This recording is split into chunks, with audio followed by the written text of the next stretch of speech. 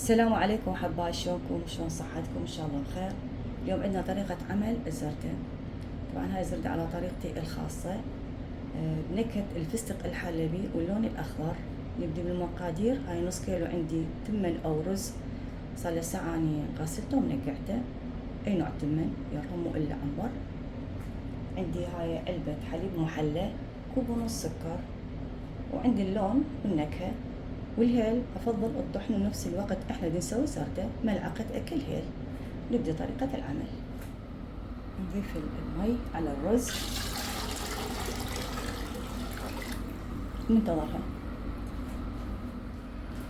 استوت عندي حبة التمن او الرز. طبعا نفس القياس ضفته اول مرة المي، ضفت لها مرة ثانية.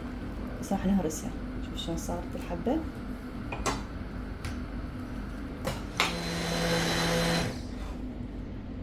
انهرست عندي الحبة شلون صارت. راح نضيف لها السكر. نضيف السكر،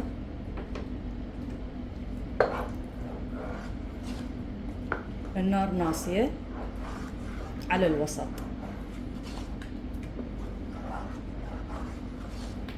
بعد تعرفوا متى تركية نهرسها، احنا لازم نراقبها. راح نضيف الحليب المحلى،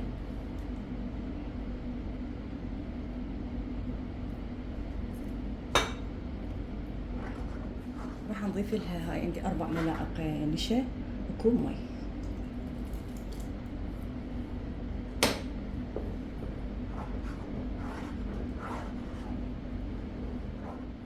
نضيف اللون،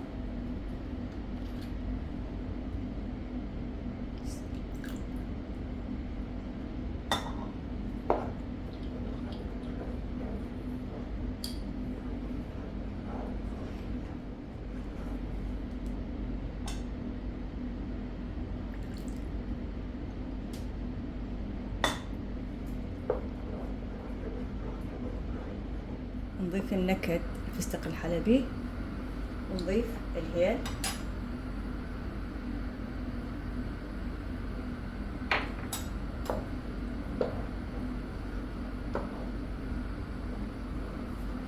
نضيف نص قالب زبد، وراح اضيف اللي تضيفوه ما تضيفوه القشطة.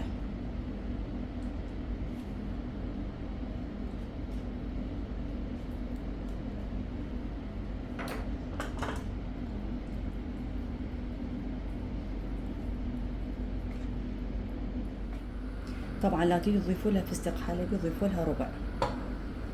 ما اقول لكم شنو طعمها نكهتها، بالايس كريم شكلها بعد شلون صار. والحلا انتم من تتحكمون بكيفكم، تبي تضيفون حلا بعد ضيفوا، سووها كوبين. اذا تجهز عندي نطلع فقاعات. جهزت عندي، راح اطفي النار. صراحة تستحق التجربة هاي الزردة، إلا ريحتها ترسل بيا نكهة الفستق الحلبي. يا رب إن شاء الله تعجبكم هاي الزردة المميزة على طريقتي الخاصة، وسووها وتكتبوا لنا بالتعليقات. وألتقيكم وصفة أخرى، وتحياتي لكم.